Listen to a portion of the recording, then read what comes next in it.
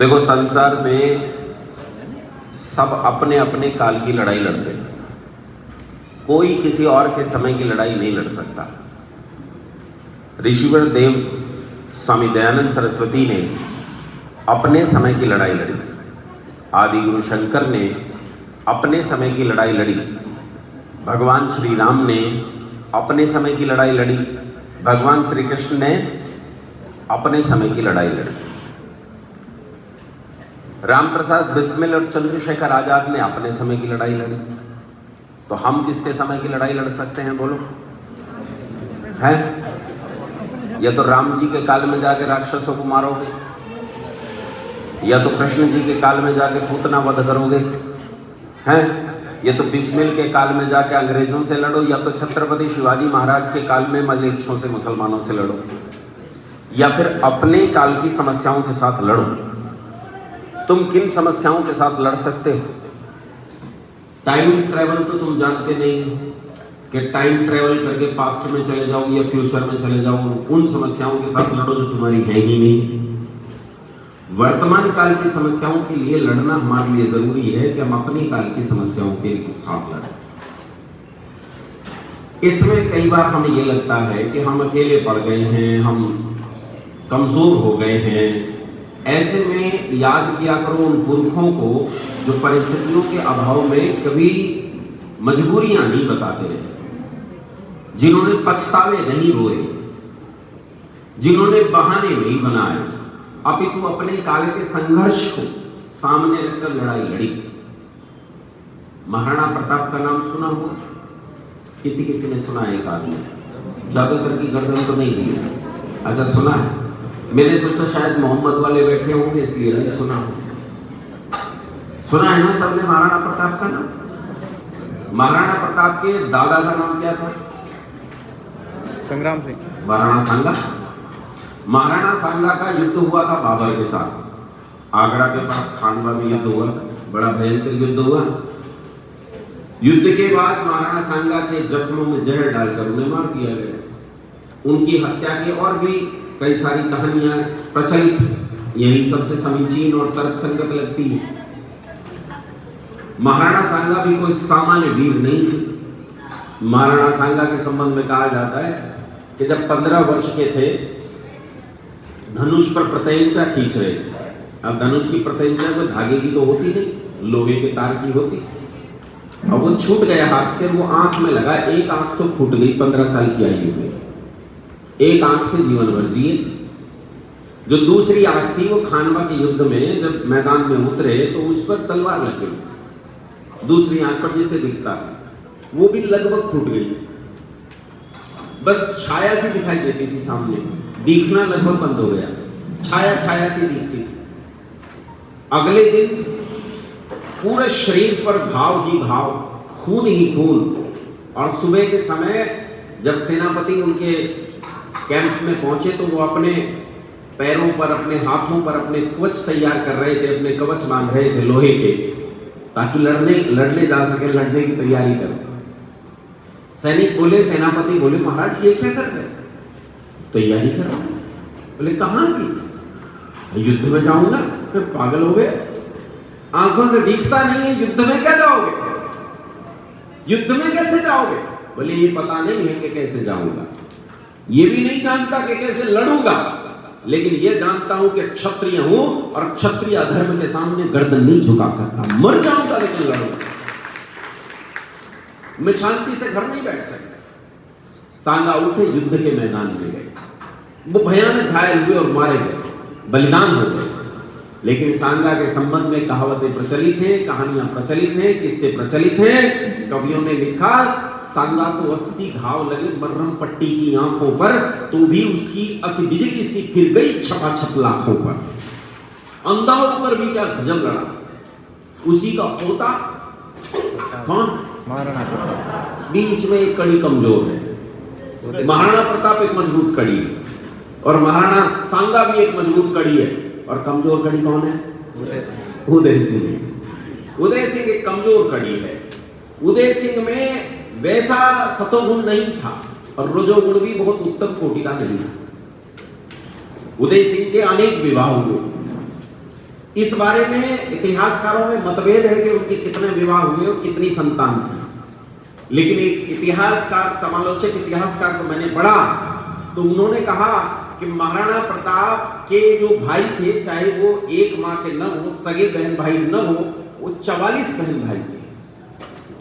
44 में से 20 तो बहनें थी जिनके विवाह होकर अपने घर चली गई, महाराणा प्रताप की 20 बहनें, और बचे कितने महाराणा प्रताप के? महाराणा प्रताप सहित 24 भाई। 4 इनमें से दूसरे राज्यों में नौकरी करने के लिए चले गए, अन्य राज्यों में कोई बड़ा पद संभाल लिया, वहां चले गए। बचे कितने? 20 में से एक महाराणा प्रताप, और बचे कितने? 19 अकबर की सेना में महाराणा प्रताप के खिलाफ लड़ रहे हैं। लेकिन महाराणा प्रताप ने कभी एक्सक्यूज नहीं बनाया, कभी बहाने नहीं बनाए। महाराणा प्रताप का जीवन उठाकर देखो, उसने एक बार भी इस कमजोरी को नहीं रोया कि मेरे लोग मेरे साथ नहीं है, मैं लड़ कैसे पाऊंगा। उसने कहा मैं लड़ूंगा, जितना सामर्थ्य उतने सामर्थ्य से लड़ूंगा, लेकिन मैं अपने युद्ध से नहीं भागूंगा। और अंतिम समय तक अपना खोया हुआ लगभग राज्य वापस ले लिया। महाराणा प्रताप लड़े और ढंग से लड़े। अपने समय की लड़ाई में उन्होंने बहाने नहीं बनाए, एक्सक्यूजेस नहीं बनाए, लेकिन हम हमारे समय की लड़ाइयों के एक्सक्यूजेस तैयार करते हैं और उन्हें एक्सक्यूजेस को लेकर लड़ते। फिर लड़ाई कैसे जीतेंगे? कोई लड़ाई जीतता है ऐसे? राम प्रसाद बिस्मिल से गिरफ्तार हो जाने के बाद जेल में एक अंग्रेज वकील मिलने आया और उसने उनके जीवन से बहुत प्रभावित हुआ और आकर कहा कि मैं तुम्हें फांसी से बचा लूंगा। बिस्मिल खुश हो गए, बोले वाह महाराज बहुत बढ़िया, फांसी से बचा लो यार। उसने कहा इतना ही नहीं, कैम्ब्रिज यूनिवर्सिटी से लॉ की डिग्री दिलवाऊंगा और 5,000 रुपए सरकार से दिलवाऊंगा। 5,000 रुपए कम लगते होंगे, आज के कई सौ करोड़ रुपए के बराबर। इतना रुपया दिलवाऊंगा, कैम्ब्रिज यूनिवर्सिटी से लॉ की डिग्री दिलवाऊंगा और फांसी से भी छुड़ा दूंगा। अरे जल्दी करो महाराज, ये तो बहुत बढ़िया काम है। कहा लेकिन तुझे ये कहना पड़ेगा कि मैं काकोरी कांड के समय ट्रेन पे या उसके आसपास या इस प्रकरण में मौजूद नहीं था, उपस्थित नहीं था। बिस्मिल बोला ये गलत बात है, ये गलत बात है। आर्य समाजी आदमी हूं, झूठ नहीं बोल सकता। जीवन कल जाता हो आज चला जाए, रात जाता हुआ भी चला जाए, लेकिन अपनी बात से मुकरूंगा नहीं। जो लोग मेरे साथ लड़ रहे हैं, मेरे पीछे जो हजारों लाखों लोग मेरे बाद लड़ेंगे, उनका मनोबल तोड़ दूं, उनका मनोबल तोड़ दूंगा। मैं डंके की चोट पर कहता हूं और कहूंगा कि काकोरी कांड का मास्टरमाइंड मैं हूं। पूरे काकोरी कांड में केवल एक हवाई फायर हुआ था और वो बिस्मिल की पिस्टल से हुआ था, बिस्मिल की पिस्टल से। फांसी से नहीं डरता, फांसी से नहीं डरता। निंदन्तु नीति निपुणा यदि वा स्तुवन्तु लक्ष्मी समाविशतु गच्छतु वायतेष्टम अद्यैव मरणमस्तु युगान्तरे वा न्यायात् पतः प्रविचल दीपनम नधीरा। नीति में निपुण लोग संसार भर में मेरी प्रशंसा करते घूमे या मेरी बुराई करते घूमे। आज ही अरबों रुपए की संपत्ति का वारिस हो जाऊं, मालिक हो जाऊं, या बिल्कुल कंगाल भिखमंगा हो जाऊं, मुझे युगों युगों का जीवन प्राप्त हो, या आज ही fall of British empire in this country, मैं इस देश में बरतानिया हुकूमत का पतन चाहता हूं, ये मेरी आखिरी इच्छा है। घबराएं। एक आदमी था अजमल कसाब, नाम सुना तुमने? सुना होगा। बंबई में बम विस्फोट किए थे, गोलियां चलाई थी, 166 लोगों को बंदूक से मार डाला था इस आदमी ने। एक का नाम सुना होगा अफजल गुरु। अफजल गुरु ने संसद पर हमला किया। एक सुना होगा याकूब मेनन, आतंकवाद का अपराधी था भारत में। ये सब पकड़े गए थे, फांसी दी गई। जब इन्हें फांसी दी गई तो फांसी से 1 महीना पहले अनिद्रा रोग हो गए, नींद ना आए कि फांसी हो जाए। जेल के अधिकारियों के हाथ जोड़े, पांव पड़े, दया याचिकाएं लिखी, जजों को लिखी, राष्ट्रपति को लिखी, नेताओं मंत्रियों को लिखी, संसदों को लिखी कि किसी तरह जान बच जाए। पैर पकड़े, हाथ जोड़े। अरे पुराने और हदीसों की तो बात छोड़ दो, इन्होंने रामायण और गीता तक मंगाकर पढ़ी कि किसी तरह जान बच जाए। मुसलमान कि किसी तरह जान बच जाए। ये जान की भीख मांग रहे थे। लेकिन बिस्मिल को देखो, 19 दिसंबर को फांसी है, शाम के 4 बजे 19 दिसंबर को फांसी के फंदे पर लटका दिया जाएगा। तो 16 दिसंबर को रात में बैठकर अपनी आत्मकथा लिखता है। कोई कर सकता है ये ना? किसी का दिमाग इतना शांत हो सकता है कि बैठकर आत्मकथा लिखे? 16 दिसंबर की रात में बैठकर अपनी आत्मकथा लिखता है और उसी आत्मकथा में लिखता है कि इससे भय नहीं है कि फांसी पर चढ़ जाऊंगा, ये तो मैं 1000 बार चढ़ना चाहता हूं। कहता है, ईश भारत भूमि में 100 बार मेरा जन्म हो, कारण सदा ही मृत्यु का देशोपकारक कर्म हो। यदि देश हित मरना पड़े मुझको 1000 बार भी, तो भी मैं इस कष्ट को निज ध्यान में लाऊं कभी। मरने से भय नहीं लगता, भय इस बात से लगता है कि मेरी लड़ाई अधूरी रह जाएगी। किस बात से समस्या है?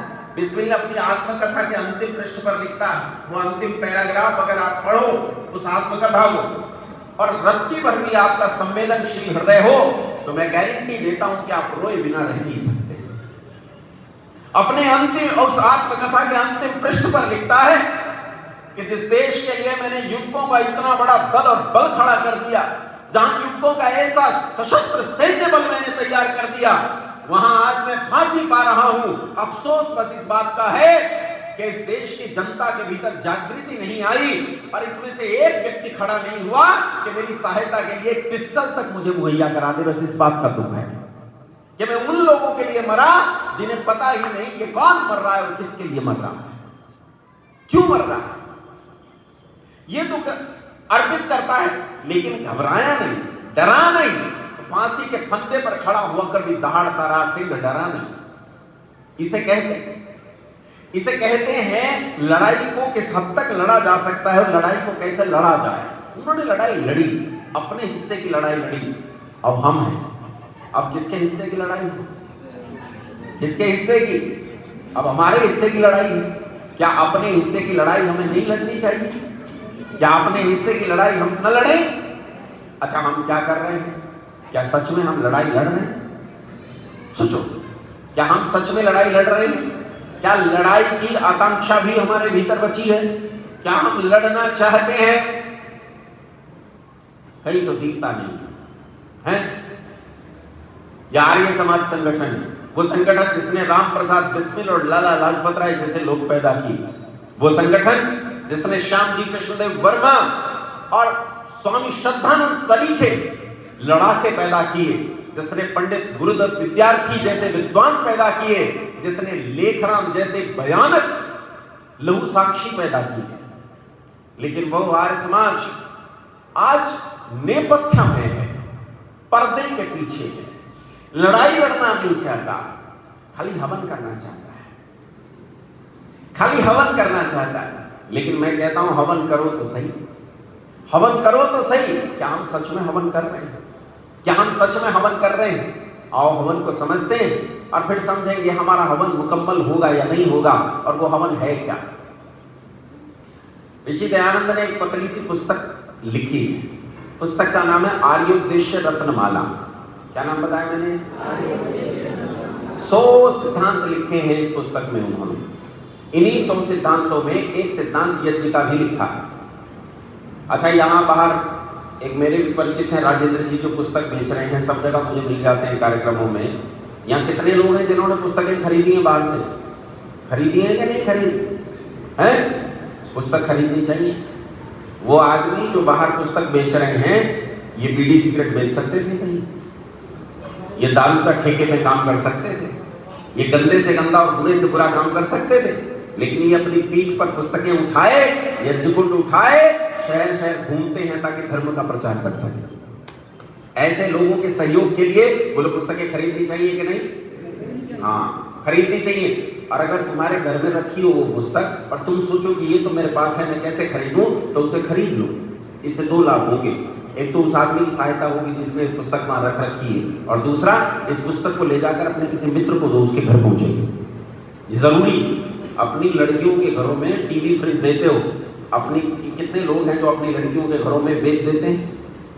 कितने लोग हैं जिन्होंने अपनी लड़कियों के घर में वेद दिया, सत्यार्थ प्रकाश ऋग्वेद आदि भाष्य भूमिका दी? ये जरूरी सामान है, ये देना चाहिए। इसीलिए आप लोग इस काम को जरूर किया करो। जब पुस्तक विक्रेता आए, चाहे 10 रुपए की पुस्तक खरीदो, 10 रुपये की पुस्तक खरीदो, लेकिन खरीदनी चाहिए। बोलो हाँ क्या ना? खरीदनी चाहिए क्या नहीं? वो पोस्टर बेच रहे हैं महापुरुषों के, वो यज्ञ की शुरुआ बेच रहे हैं, यज्ञ के पात्र बेच रहे हैं, खरीदना चाहिए। ठीक है, उन्हें लाभ पहुंचे, पुण्य का काम है, आपका कुछ बिगड़ेगा नहीं और उन्हें उत्साह मिलेगा काम करने के लिए। खैर, मैं अपनी बात पर लौटता हूं कि आर्योपदेश रत्नमाला में 100 सिद्धांत दिए हैं और उन 100 सिद्धांतों में एक सिद्धांत है यज्ञ। यज्ञ की परिभाषा देते हुए ऋषि दयानंद ने लिखा है, कहा है, अग्निहोत्र से लेकर अश्वमेधादि पर्यंत शिल्प विद्या और परोपकार के व्यवहारों का करना और कराना यज्ञ मानता हूं। अग्निहोत्र से लेकर, कहां से शुरू किया? अग्निहोत्र से। अग्निहोत्र कहां? जो सुबह आपने किया है। अग्निहोत्र तो बता देता है ना मैं कहां हो रहा हूं, क्या हो रहा हूं, है ना। शाम के समय अभी जब मैं आरजी के घर में रुका हुआ था तो अचानक सुगंध आई, तो मोहित मेरे पास आकर बोला, क्या चाची यज्ञ की सुगंध आ रही है? फिर बोले नीचे हो रहा है। सुबह तो किया था, शाम को भी हो रहा है, दोनों समय यज्ञ हो रहा है। तो यज्ञ अपने आप बता देता है कि कहां हो रहा है। अग्निहोत्र इसे कहते हैं। अग्निहोत्र कहते हैं कुछ समिधाएं आप रखते हैं, उन पर आप आज्यप डालते हैं, आज्यप की आहुति देते हैं, वो जलता है, इससे रोग का निराकरण होता है, वातावरण शुद्ध होता है। प्रतिदिन 2 समय करना चाहिए। कितने समय करना चाहिए बोलो? 2 समय। ऋषियों ने सिद्धांत बनाया कि 2 समय प्रतिदिन अग्निहोत्र करना चाहिए, यज्ञ करना चाहिए। तो एक आदमी कहता है जी प्रतिदिन 2 समय ना कर सकें तो हमने कहा 1 समय कर लिया। तो बोले 1 समय भी रोज ना कर सकें तो बड़ा व्यस्त रहते हैं। तो किसी विद्वान ने कहा भाई रविवार के दिन कर लिया करो, हफ्ते में 1 बार। तो बोले जी अगर 7 दिन में 1 बार रविवार के दिन भी ना कर सके तो कहा भाई अमावस्या पूर्णिमा को कर लिया करो, 15 दिन में 1 बार। बोले 15 दिन में भी ना कर सके तो फिर उन्होंने कहा फिर डूब मरो। भाई इतना भी नहीं कर सकते तो क्या ही करोगे? जो 2 समय करना चाहिए प्रतिदिन, वो 15 दिन में 1 बार न करोगे तो क्या करोगे? तो अग्निहोत्र से लेकर अश्वमेधादि पर्यंत, अश्वमेध यज्ञ। अच्छा, अश्वमेध यज्ञ का नाम सुना है? मुंडी हिलाओ। सुना? या तो यूं हिलाओ या तो यूं हिलाओ। सुना है ना? किसने किया था अश्वमेध यज्ञ? नाम लो। श्री राम जी। युधिष्ठिर ने तो राजसूय किया था। श्री राम जी ने राम जी ने किया था। किसने किया था? राम जी ने। और एक और ने किया था अभी पिछले दिनों, ज्यादा लंबा समय नहीं हुआ, राजा विक्रमादित्य ने, उन्होंने भी किया था। और एक राजा राम ने किया था। राजा राम ने जब अश्वमेध यज्ञ किया था, घोड़ा पकड़ने की कहानी सुनी होगी ना, किसने घोड़ा पकड़ लिया था? लव कुश ने घोड़ा पकड़ लिया था। ऐसी कोई कहानी किंवदंती चलती हैं, कथाएं चलती हैं ऐसी कि उन्होंने घोड़ा पकड़ लिया था। खैर, कहने की बात यह है कि राजा ने यज्ञ किया था अश्वमेध। इसका मतलब है अश्वमेध यज्ञ सम्राट करता है। कौन करता है अश्वमेध यज्ञ? सम्राट। आम आदमी अश्वमेध यज्ञ सम्राट का ही काम होता है। सम्राट अश्वमेध यज्ञ करता है। क्या करता है सम्राट अश्वमेध यज्ञ में? अश्वमेध यज्ञ है क्या वो बता दो। एक घोड़ा होता है, घोड़े के गले में एक स्वर्ण पट्टिका डाल दी जाती है। उस स्वर्ण पट्टिका पर लिख दिया जाता है कि वेद के आधार पर, स्मृति ग्रंथों के आधार पर हमने निम्न नियमों का अपने समाज में पालन होना सुनिश्चित किया है।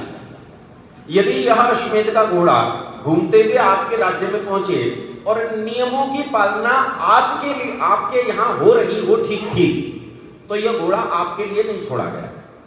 लेकिन अगर आपके राज्य में इन नियमों के विरुद्ध कार्य हो रहा हो तो हम आपको युद्ध की चुनौती देते हैं।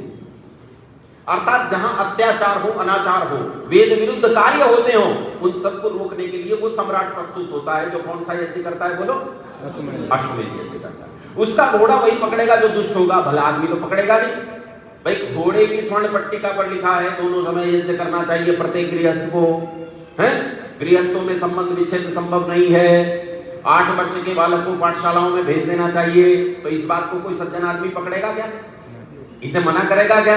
कोई नहीं करेगा। सब मानेंगे तो बढ़िया बात है और सब उसे करना चाहेंगे। दुष्ट आदमी पकड़ेगा तो दुष्ट को राजा चुनौती देता है। अश्वमेध यज्ञ, बात समझ में आई? अश्वमेध यज्ञ राजा करता है। कौन करता है अश्वमेध यज्ञ? राजा करता है। लेकिन राजा अश्वमेध यज्ञ करे या मैं अग्निहोत्र करूं, उसके लिए जरूरी है मेरा आचरण शुद्ध हो। मैं कम से कम ऐसा आचरण रखता हूं कि यज्ञ के अनुकूल मेरा आचरण हो। क्या सच में मेरा आचरण है? इस समाज की लड़ाई लड़ने के लिए, इस समाज की रक्षा करने के लिए मुझे मेरे आचरण पर काम करना होगा, मेरा आचरण ठीक होगा तो ही मैं ठीक होऊंगा। सारे संसार में पहले समूची दुनिया में सारी दुनिया मानती है कि आर्य लोग निवास करते थे पूरे पृथ्वी पर। इन्हीं आर्यों में से बढ़कर मुसलमान बने, ईसाई बने, यहूदी बने, जिन पिशाच बने, सब इन्हीं में से बने। इन्हीं आर्यों में से बढ़कर यहूदी बने, बहाई बने, पारसी बने, सब इनमें से इकट्ठकर बने। अब ये बने क्यों? ये तब बने जब ये अपने गुणकर्म स्वभाव से गिर गए। जब गिर गए गुणकर्म स्वभाव से तो आर्य बने। कुछ लोग आर्यों के घर में पैदा होकर खुद को आर्य कहने लगते हैं, होते ना ऐसे भी, है ना। रास्ते में जा रहा है, बीड़ी पीता हुआ जा रहा है और कहकर राम राम जी, पी बीड़ी रहा है, क्या कह रहा है? राम राम जी। तो मैंने पूछा भाई साहब राम जी बीड़ी पीते थे क्या? अब जवाब सुनो कितने गजब का। कहता पता नहीं, हो सकता पीता भी हो। कहता पता नहीं, हो सकता पीता, मना नहीं किया, कहता हो सकता पीता भी हो। अब ये आदमी को आर्य कहोगे आप? बोलो। ऐसा है कि मुसलमान मुझसे बहुत प्रेम करते हैं, बेहद प्रेम करते हैं। अभी तो मेरा वो अवतार आपने देखा नहीं जिसके कारण वो मुझसे प्रेम करते हैं, पर बहुत प्रेम करते हैं। 10-12 मुकदमे भी मुझ पर है। ऐसे ही एक मुकदमे में एक बार मैं जेल चला गया। जेल गया, 17-18 दिन जेल में रहा।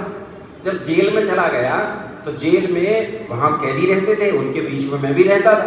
तो वो एक दिन शोर मच गया कि चंद्रपाल आ रहा है, चंद्रपाल आ रहा है। मैंने तो पता नहीं कितना बड़ा मंत्री आ रहा है। पूरी जेल में हर्षोल्लास था, चंद्रपाल आ रहा है। भाई ये चंद्रपाल कौन है और क्यों आ रहा है, इतना हर्षोल्लास क्यों है इसके आने से? तो जब चंद्रपाल आया तो चंद्रपाल को मेरे बारे में पता चला कि एक आर्य समाजी यहाँ रहता है। तो चंद्रपाल मुझे ढूंढ रहा है। अब ये गजब की बात देखो, पूरी जेल चंद्रपाल के आने से खुशी और चंद्रपाल मुझे ढूंढ रहा है। मैं चंद्रपाल को जानता नहीं। ढूंढ कर मेरे पास आया, बोला भाई साहब सुना है आप आर्य समाजी को? मैंने कहा हाँ। बोले अरे मैं बड़ा खुश हुआ। मैंने कहा तुम क्यों खुश हुए? बोले मैं भी आर्य समाजी। मुझे अच्छा लगा यार, ये आदमी आर्य समाजी है। फिर मैंने पूछा कि भाई साहब आप जेल में कैसे आए, कोई गड़बड़ हो गई? बोले नहीं मैं तो जमानत तुलवा के आया, खुद आया हूँ जेल में। तो तुम जेल में क्यों आए? खुद कौन आता है जेल में? तुम जेल में खुद क्यों चले आए? तो बोले अरे मैं सुल्फा बेचता हूँ, जेल में सुल्फा महंगा बिकता है। बाहर जो चीज 20 रुपए की बिकती है वो जेल के भीतर 400 रुपए की बिकती है। महंगा सुल्फा बिकता है इसलिए भीतर आया। और मेरे पिताजी आर्य समाज के प्रधान है और मैं भी आर्य समाजी हूँ। ऐसा आदमी आर्य समाजी होगा क्या? बोलो ऐसे को आर्य समाजी कहेंगे क्या? भाई ये तो सौभाग्य की बात है कि वो आर्य समाजी के घर में पैदा हो गया, लेकिन जो कर रहा है ये सौभाग्य है कि दुर्भाग्य है? ये तो दुर्भाग्य है। और देखो किसी आर्य समाजी के घर में पैदा नहीं हुए ये दुर्भाग्य हो सकता है, लेकिन व्यक्ति ने योग्यता प्राप्त करके धर्म सीखा, ईश्वर भक्ति सीखी, ईश्वर उपासना सीखी, यज्ञ सीखा, संध्या सीखी, ये अत्यंत सौभाग्य है। हाँ बोलो, ऐसा है कि नहीं है? व्यक्ति अपने कर्म से महान होता है, अपने गुण से महान होता है, व्यक्ति जन्म से महान नहीं होता। आपने श्री राम जी का नाम सुना है, श्री राम जी का नाम सुना है। श्री राम जी की कहानी भी आपने सुनी, कैसे? उसमें एक विलेर स्त्री का नाम आपने सुना है, एक स्त्री जिसने पूरा मामला बिखेर दिया। क्या नाम था उसका? कैकेयी। आजकल कोई अपनी बच्चियों का नाम कैकेयी रखता है क्या? कैकेयी कैसी स्त्री थी? अच्छी थी कि दुष्ट थी? बोलो कैसी थी? दुष्ट स्त्री, खराब स्त्री। अब इसी से सारा झगड़ा शुरू हुआ। कितनी दुष्ट थी आओ देखते हैं, आओ समझने का प्रयत्न करते हैं। कहानी क्या है जल्दी से बताओ मुझे, कहानी क्या है? राम जी को राज तिलक होना था, लेकिन अचानक क्या हो गया? 14 वर्ष का वनवास किस आधार पर हुआ? मां कैकेयी ने 2 वर मांगे। किससे मांगे? राजा दशरथ से। पहला वर क्या मांगा? भरत को राज तिलक, राजगद्दी। और दूसरा वर क्या मांगा? राम को 14 वर्ष का। अच्छा ये वर राजा देने के लिए बाध्य क्यों हुआ? क्योंकि राजा ने रानी को कहा था कि मैं तुझे 2 वर देता हूं। कहा था ना? कब कहा था? शादी के टाइम। कब कहा था? एक बार अमेरिका और ईरान में झगड़ा हुआ था। एक बार झगड़ा हुआ, देवासुर संग्राम हुआ और देवताओं ने राजा दशरथ के पास सूचना भेजी कि युद्ध हो रहा है, हम पिछड़ रहे हैं महाराज, अपनी चतुरंगिणी सेना लेकर आइए, हमारी सहायता कीजिए। महाराज दशरथ एक महान योद्धा, महाप्रतापी राजा थे, अपनी चतुरंगिणी सेना लेकर और वो युद्ध के मैदान की ओर चल पड़े। अच्छा तुमने तो बहुत सारे सेना वाले देखे होंगे, पुलिस वाले देखे होंगे, ईमानदारी से बताओ जब सेना वाला युद्ध पर जाता है कितने सैनिक हैं जिनकी पत्नियां युद्ध पर जाती हैं? बोलो, जाता है कोई? क्या चीफ मार्शल भी अपनी पत्नी को लेकर जाता है? क्या चीफ मार्शल की पत्नी कहती है कि मैं तुम्हारे साथ युद्ध पर जाऊंगी? सोचो। और अगर वो जाने ही लगे और चीफ मार्शल ले जाने ही लगे तो ये बताओ सेना ले जाने देगी क्या? नियम ले जाने देंगे क्या? राजा प्रधानमंत्री आदि ले जाने देंगे क्या? लेकिन यहां रानी कैकेयी का अस्तित्व देखो कितना प्रबल था कि रानी कैकेयी ने कहा कि मैं युद्ध में तुम्हारे साथ जाऊंगी। कोई सेना नहीं बोली, कोई नियम नहीं बोला, कोई प्रधानमंत्री, कोई अमात्य मंडल, कोई मंत्रिमंडल नहीं बोला। और राजा भी रानी की योग्यता जानता था, इसलिए राजा ने रानी को कहा कि चलो, साथ लेकर गया। रानी सामान्य स्त्री नहीं थी। मां कौशल्या, मां सुमित्रा, वो तो सामान्य माताएं थी, ममतामयी माताएं थी जो घर द्वार संभालती थी। लेकिन रानी कैकेयी पूरा जुडिशियरी संभालती थी, पूरा लेजिस्लेचर संभालती थी, पूरा एडमिनिस्ट्रेशन संभालती थी। मां कैकेयी की वो अप्रोच थी कि मां कैकेयी जानती थी कितने आईएएस आईपीएस का ट्रांसफर कहां से कहां तक करना है। देखो पीछे वो 3 लड़के बैठे मोबाइल चला रहे, मोबाइल मत चलाओ, ये दिमाग खराब कर देता है। इसने लोगों की बुद्धि का अपहरण कर लिया, इसे जेब में रखो, है ना? इसका कोई लाभ नहीं। आदमी यहां होकर भी यहां नहीं है, यहां तो चल जाएगा, लेकिन जब पत्नी के पास रहकर भी नहीं रहोगी तो वो बहुत हानि कर सकती है, इसलिए सावधानी रहो। और यहां मेरी बात सुनो, मोबाइल को जेब में रखो, थोड़ी देर के लिए नेट ऑफ कर दो, बार बार मैसेज आएंगे, हानि होती है। कि मोबाइल ने भी बुद्धि अपंग कर दी है संसार की, है ना? पहले जीवन बड़ा सुखी था, इस मोबाइल ने ही बर्बाद किया। मेरा भी कर रखा है, मेरे पास भी है ना? अब मेरा टूटा फूटा कम चलता है, लेकिन फिर भी चलता है, परेशान तो करता है। रानी कैकेयी सामान्य स्त्री नहीं थी, एडमिनिस्ट्रेशन, लेजिस्लेचर और जुडिशियरी में दखल रखने वाली स्त्री थी, सामान्य स्त्री नहीं थी। इसलिए राजा को मजबूरन रानी को ले जाना पड़ा। राजा रानी को युद्ध में ले गए और वहां क्या घटना घटी बोलो पता है तुम्हें? सब कहानियां बहुत सुन रखी है, राम कथा सुनाने वाले बाबा ही तो रहते हैं इस देश में, तो तुमने सब सुन रखा है। बोलो क्या हुआ वहां? राजा के रथ का पहिया खराब हो गया या कीला निकल गया उसका, और उसमें रानी ने, ये तो कहने की बातें, अलंकारिक बातें हैं। युद्ध चल रहा था, युद्ध का अर्थ है राजा किसी विमान पर बैठकर युद्ध लड़ रहा होगा। कोई विमान होगा, राफेल, F-16, F-19 या MiG-21, कोई तो विमान होगा। उस विमान पर बैठकर राजा लड़ रहा था। इंजन में गड़बड़ी आ गई, इंजन में खराबी आ गई, और रानी को जैसे ही पता चला कि तेरे पति का विमान गिर सकता है, तुरंत कॉकपिट के रास्ते इंजन में पहुंची और जाकर उस आई गड़बड़ी को ठीक कर दिया। जब तक राजा को पता चलता कि गड़बड़ी हुई, तब तक तो रानी ने विमान को, हो सकता है एरोनॉटिकल इंजीनियरिंग पास किया हो, है, उसने ठीक कर दिया। और जब राजा को पता चला कि मेरी रानी इतनी विदुषी है और उसने आज युद्ध के जीतने में सबसे महत्वपूर्ण भूमिका निभाई है, यदि राजा ही के पांव उखड़ गए होते, राजा की मृत्यु हो गई होती, तो सेना तो पांव उखड़ जाते हैं, सेना फिर लड़ा नहीं करती है। रानी ने युद्ध जिता दिया। प्रसन्न राजा बोले कि रानी मैं तुमसे बहुत प्रेम करता हूं, लेकिन आज जो कुछ तुमने किया है उसके कारण तुम्हारे प्रति मन श्रद्धा और सम्मान से भर गया है। ये बताओ, मैं तुम्हें कुछ देना चाहता हूं, कुछ मांगो मुझसे। रानी ने कहा कुछ नहीं चाहिए। कहा ना 2 बार तो मांग ही लो रानी, कुछ तो मांग ही लो। रानी ने कहा मेरा मायका प्रसन्न, सासरा प्रसन्न, मेरे मायके में किसी को समस्या नहीं, मेरे ससुराल में किसी को समस्या नहीं, मैं क्या मांगू? राजा जिद करने लगा, पीछे पड़ गया, नहीं ले 2 बार तो ले, कुछ तो मांग ले। रानी ने कहा उधार रख लेती हूँ, जरूरत पड़ेगी तो मांग लूंगी। यही उधार रखे हुए वर रानी ने कब मांगे? जब राम का क्या होने वाला था। क्या हुआ अब मैं बताता हूं। घटना ये घटी कि राजा दशरथ को बुढ़ापे में 4 संतान पैदा हुए, श्री राम, श्री लक्ष्मण जी, श्री भरत जी और श्री शत्रुघ्न जी। 4 संतान पैदा हुई और ये चारों संतानों के मोह में राजा दशरथ ऐसे उलझ गए और विशेष रूप से राम के मोह में कि राजी हो गए और राज्य की ओर से ध्यान बिल्कुल हट गया। राज्य की ओर से ध्यान हट जाने पर राज्य छिन्न भिन्न होने लगा। और उस समय राजा दशरथ के राज्य के बगल में एक पाकिस्तान था। क्या नाम था उसके राजा का? रावण। क्या नाम था? अबू खान का पाकिस्तान था कि नहीं था? राजा रावण राज्य कर रहा था और दिन दूना रात चौगुना प्रबल होता जा रहा था। राजा की ताकत बढ़ रही थी रावण की, और राजा ने इसका राज्य हथियाने की चेष्टा की। राजा दशरथ तो राज में फंसे हुए अपने बालकों में ही फिसल रहे थे, सोच ही नहीं रहे कि राज्य का क्या होगा। और रावण ने घुसपैठ करके देश के भीतर घुसपैठ भेजने शुरू कर दिए। सीमाओं का अतिक्रमण होने लगा, इंट्रूडर्स आने लगे, इन्फिल्ट्रेटर्स आने लगे, वो हमारे देश के भीतर घुस गए, राक्षस उनके असुर देश के भीतर घुसने लगे, देश के भीतर घुसकर नागरिकता प्राप्त करने लगे, नकली आधार कार्ड बनवाए, नकली राशन कार्ड बनवाए, नकली वोटर आईडी बनवाई, नकली पैन कार्ड बनवाए, वो इस देश के नागरिक बन गए, यहां तक के इलेक्शन में हिस्सा लेने लगे, विधायक ही जीत गए, सांसद ही जीत गए, कोई कहीं सांसद हो गया, कोई कहीं सांसद, कोई कहीं विधायक और कोई कहीं विधायक, कोई बंगाल की मुख्यमंत्री बन बैठी, कोई दिल्ली का मुख्यमंत्री बन गया।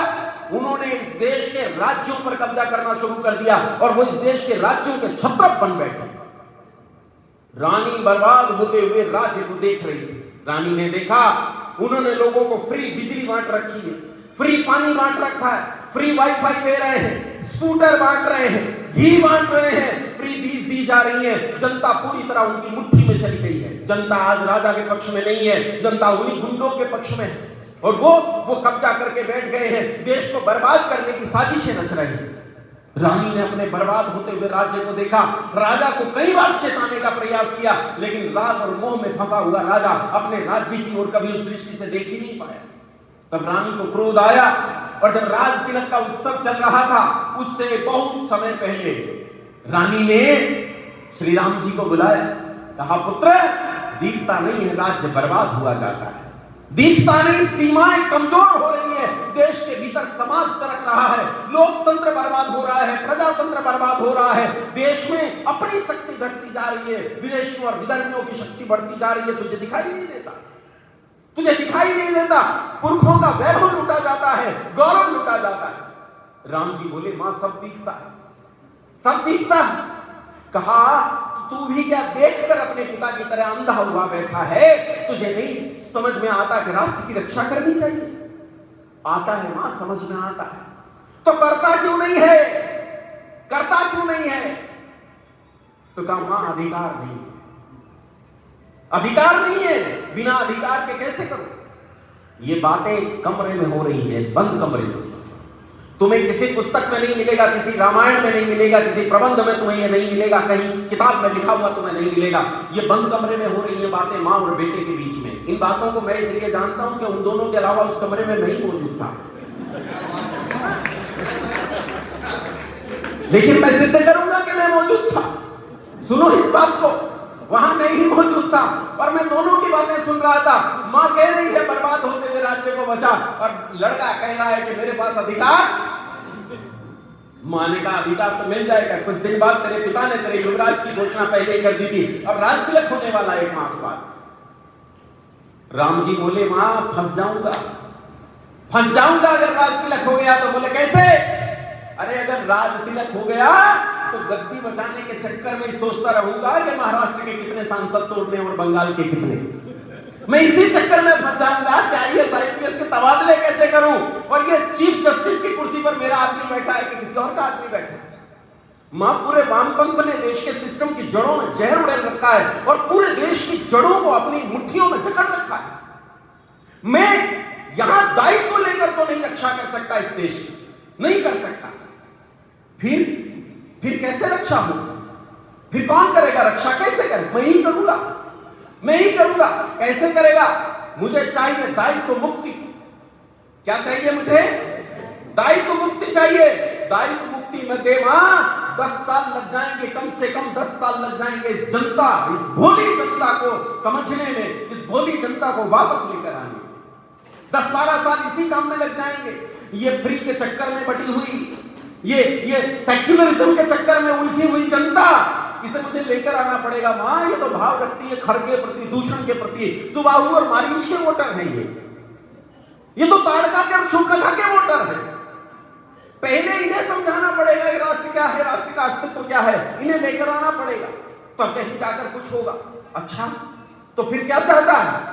चाहता हूं राज्य मुझे परेशान न करे, मुझे दायित्व मुक्ति दे दी जाए, मुझे परिवार परेशान न करे, कोई परेशान न करे मुझे। मैं अपनी लड़ाई, अपना निर्णय स्वयं करूंगा और अपनी लड़ाई खुद चुनूंगा। मां ने कहा, कितना समय चाहिए? कितना समय? कहा, 10-12 साल तो इसी काम में लग जाएंगे, फिर 1-2 साल भी रावण के साथ लड़ना भी पड़ेगा, युद्ध भी होगा, 13-14 साल लगेंगे। 14 साल, हाँ 14 साल लगेंगे। दिए 14 साल। राम जी हंसकर बोले, मैं उधर ही था। राम जी हंसकर बोले, कहती है 14 साल दिए, अरे तेरे पास अधिकार ही नहीं है, तू कैसे दे सकती है? अधिकार तो राजा के पास है। किसके पास है अधिकार? राजा के पास है। राजा ही कहे कि 14 वर्ष के लिए मैं दायित्व मुक्त हो जाऊं, तब मैं दायित्व मुक्त होऊंगा। मां बोली, बेटा तू मां को जानता नहीं, दुनिया में किस पिता की औकात है कि वो मां की मुट्ठी से बाहर निकल जाए?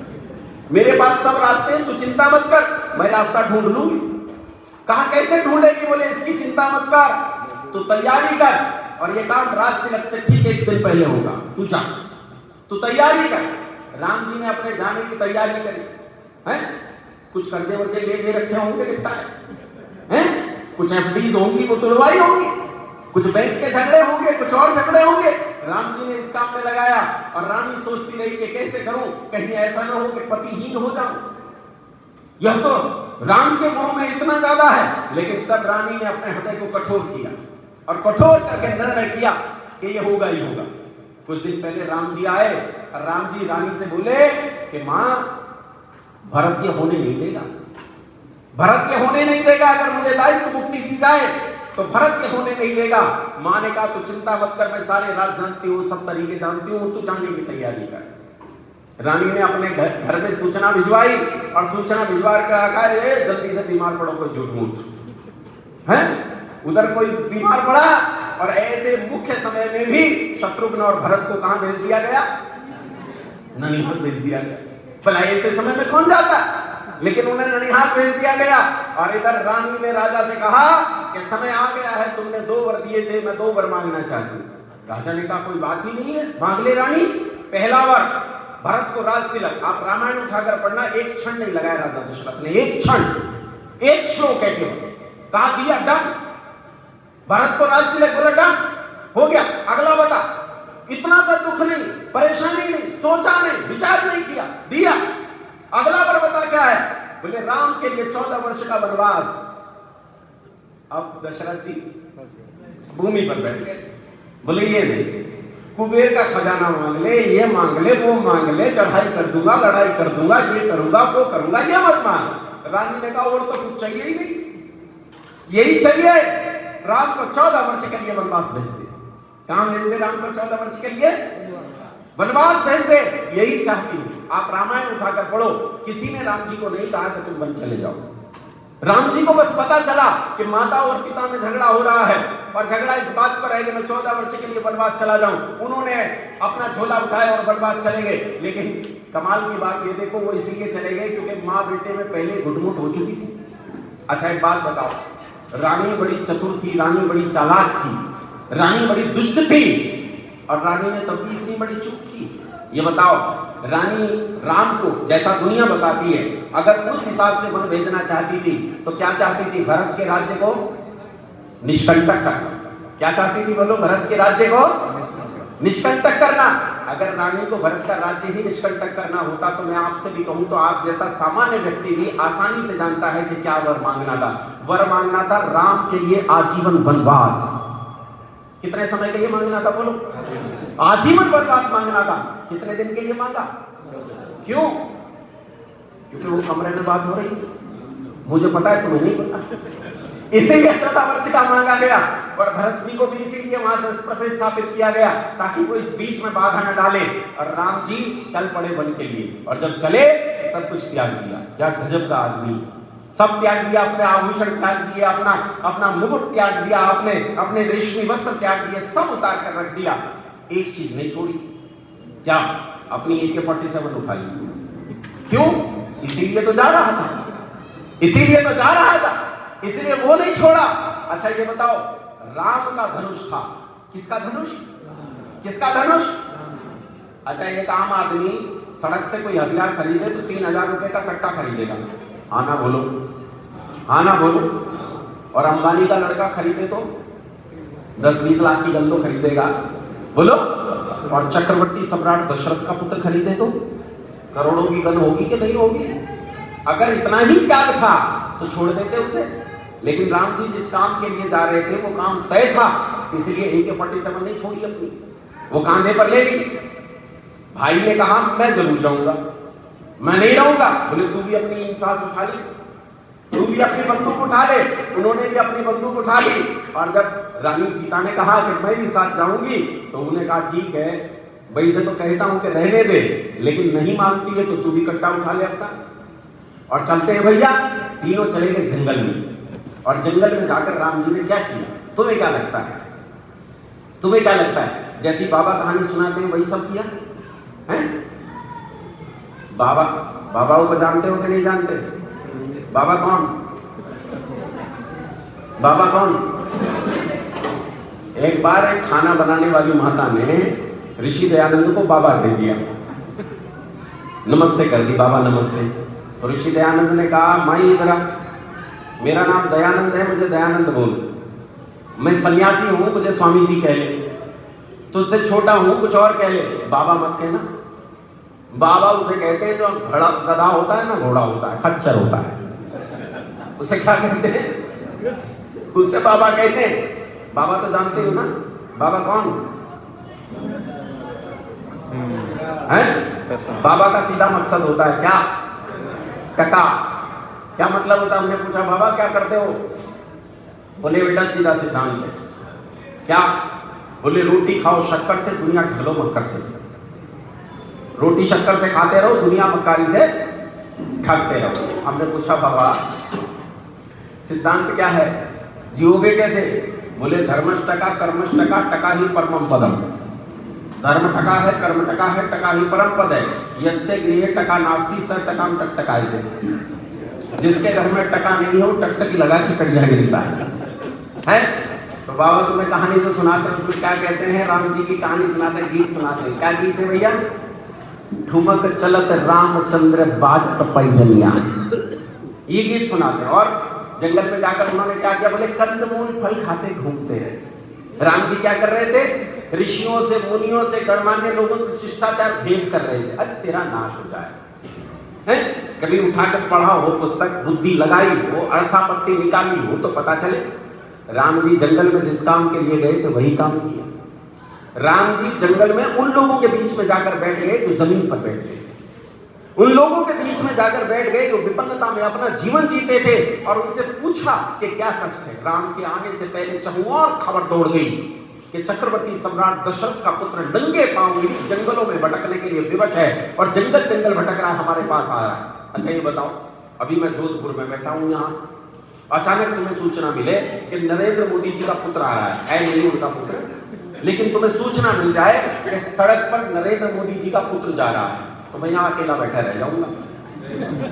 सब लोग कहाँ जाएंगे? सब भाग जाएंगे, नरेंद्र मोदी का पुत्र आ रहा है भाई साहब, सब मैं अकेला बैठा रह जाऊंगा। सोचो जब राजा राम, राजकुमार राम जब जंगल में गए होंगे तो पूरे जंगल में आग की तरह खबर फैल गई होगी, फिर सम्राट दशरथ का पुत्र आ रहा है, राजकुमार राम आ रहा है।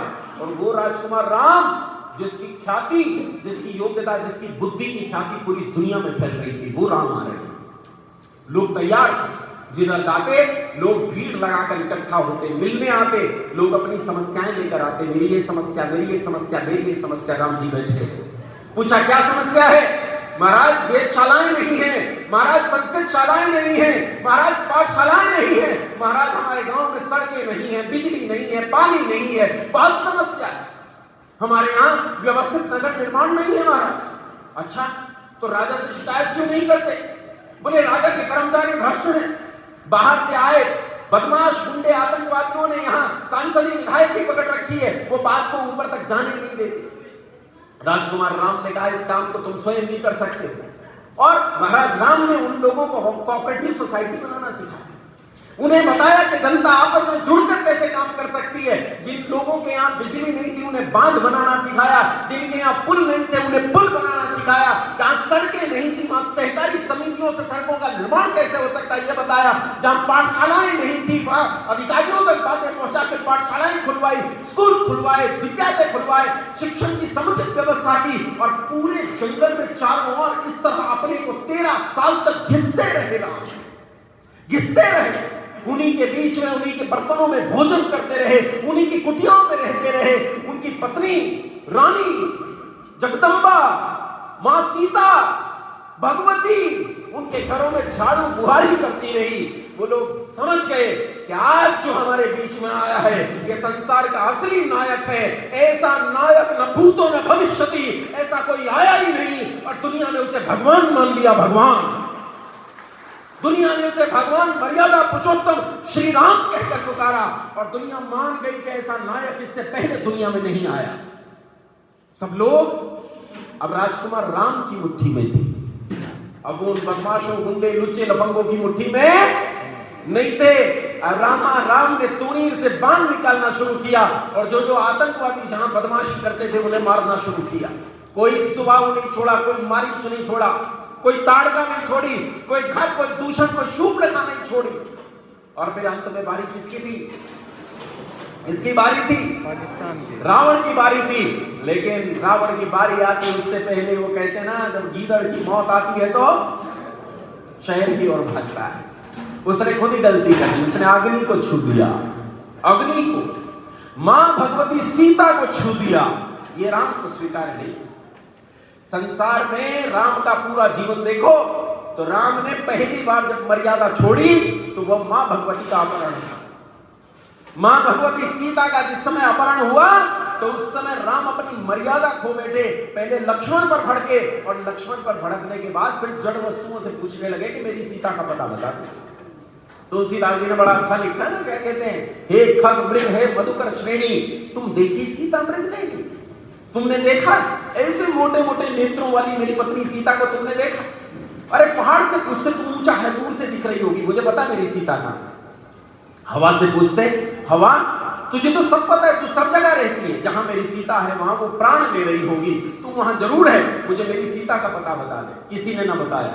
और जब किसी ने ना बताया तो राम को क्रोध आ गया और राम कोप में कांप कर बोले, समझ जाओ, सावधान रहो, तुम समझ नहीं रहे हो कि तुम किसके प्रश्न का उत्तर नहीं दे रहे हो। तुमने अभी तक राम की मित्रता देखी है, मित्रता, राम का क्रोध नहीं देखा। जब राम को क्रोध आता है तो प्रलय खड़ी होती है, प्रलय। डरो के राम को क्रोध आएगा तो प्रलय खड़ी होगी। डरो के संसार में हाहाकार होगा। डरो के त्राहिमाम करोगे कि राम को क्रोध ना आए। तो लक्ष्मण जी ने देखा, हाथ पकड़े, भाई साहब क्या कर रहे हो? ये क्या कर रहे हो? दुनिया मर्यादा पुरुषोत्तम के लिए तुम मर्यादा छोड़ रहे। तो राम जी को चेतना, अरे बाप रे, ये क्या बात, मैं कहां गड़बड़ी करने लगा। और तब राम जी ने योजना बनाकर काम करना शुरू किया। आज तक का दुनिया का सबसे लंबा पुल, सबसे लंबा 50 किलोमीटर लंबा समुद्री पुल बनाकर राम जी दुनिया के सबसे शक्तिशाली राजा के घर में पहुंचे। और कितना बड़ा राजा था। हमारे यहाँ कहावत चलती है उत्तर प्रदेश में, आपके यहाँ पता नहीं चलती है कि नहीं, कि 1 लाख पुत्र थे और 1.25 लाख नाती। यहाँ चलती है क्या कहावत?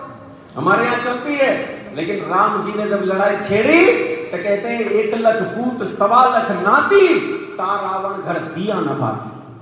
उसके घर में कोई दिया जलाने वाला नहीं छोड़ा, पानी देने वाला नहीं छोड़ा। और अपनी अस्मिता, अपने सम्मान, अपनी स्त्री, अपनी पत्नी को सुरक्षित घर वापस लेकर आए। जंगल में अकेले 2 भाई, जंगल में अकेले 2 भाई अपनी अस्मिता, अपने सम्मान को सुरक्षित घर वापस लेकर आए। आज हम छाती ठोककर कहते हैं कि हम श्री राम जी के पुत्र हैं कि नहीं? कुछ तो नहीं। अरे हैं कि नहीं है? राम जी के पुत्र हैं कि नहीं है? हाथ खड़े करो जो मोहम्मद के बैठे हैं। अरे किसके हो? राम जी के हो कि मोहम्मद के हो? राम जी के। राम जी के हैं कि नहीं है?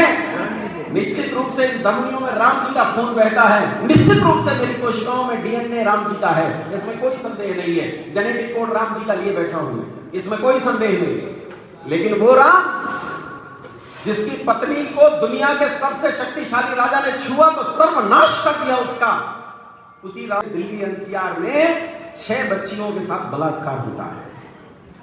इस देश में सैकड़ों बलात्कार की खबरें अखबारों में छपती है। हाँ बोलो, हाँ बोलो।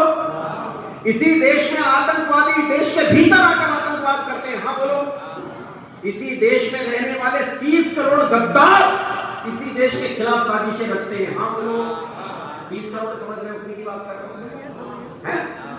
हाँ, मैं बताऊंगा नहीं, तुम समझ जाना कि मैं मुसलमान और ईसाइयों की बात कर रहा हूं। ये काट देंगे बाद में इसमें से, नहीं तो एक और केस हो जाएगा। जब ये कहते हो ना कि हमारी है, तभी तुम पल्ला झाड़ लेते हो अपनी जिम्मेदारियों से। मैं बताऊं कैसे? जब माँ, छोटे बच्चे होते हैं, छोटे बच्चे होते हैं और घर में माँ होती है, 3 छोटे बच्चे हैं उसके, तो लड़ाई बजती है बच्चों में, माँ मेरी है, माँ मेरी, हाँ कि ना? ये लड़ाई बजती है कि नहीं बजती? मेरे साथ तो ये खूब अच्छे से बजी। मेरा और मेरी बहन का झगड़ा हो गया तो मैं मेरी माँ के पास गया। मैंने मेरी माँ से कहा क्या फैसला हो कर रहे हो? माँ ने पूछा क्या?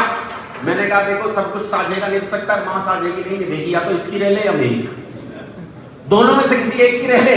लड़ते हैं बच्चे के माँ मेरी है, और यही बच्चे जब बड़े हो जाते हैं तो क्या कहते हैं? माँ हम दोनों की है भाई, 6 महीने तू रख, 6 महीने मैं रखूंगा। इसका मतलब क्या है? इसका मतलब है, हमारी कहने का मतलब है हम जिम्मेदारी से भाग रहे हैं। मातृभूमि किसकी है? हमारी है कि मेरी है? बोलो, मातृभूमि किसकी है? पितृभूमि किसकी है? राष्ट्र किसका है? मेरा है। ये पड़ोसी कुछ करेगा या नहीं करेगा मुझे मतलब नहीं है, मैं लड़ूंगा, मैं लड़ूंगा, मेरी जिम्मेदारी है। जब ये हिम्मत के साथ कहोगे तो इस राष्ट्र की लड़ाई जरूर लड़ सकोगे। लेकिन ये राष्ट्र आज किन भयानक परिस्थितियों के दौर से गुजर रहा है, इन परिस्थितियों पर हम कल चर्चा करेंगे, दिवस में चर्चा करूंगा। आपसे एक आग्रह करता हूं, कल जरूर आना और कल दूसरे लोगों को भी लेकर आना। ये निश्चय पूर्वक कहता हूं, अगर आपके भीतर तनिक भी भावपूर्ण हृदय होगा तो आप अपनी मातृभूमि की दशा देखकर हू हू करके रोओगे कि ये देश किन परिस्थितियों के बीच से गुजर रहा है। गारंटी देता हूं इस चीज की कि आप हू हू करके रोओगे। इसलिए मैं आप लोगों से आग्रह करता हूं कि कल समय पर जरूर आना, निश्चित रूप से कल आना, ताकि हम लोग बैठकर विचार कर सकें कि हमारा भारत किन परिस्थितियों के दौर से गुजर रहा है और हम सच्चे राम के पुत्र हैं या नहीं हैं, और क्या हम इन परिस्थितियों में अपने राष्ट्र की रक्षा कर पाने में किसी भी प्रकार सक्षम हो सकते हैं। बहुत धैर्य से आपने सुना, धन्यवाद, प्रणाम।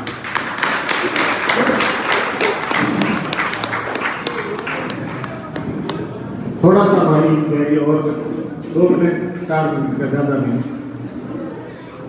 क्योंकि परमपिता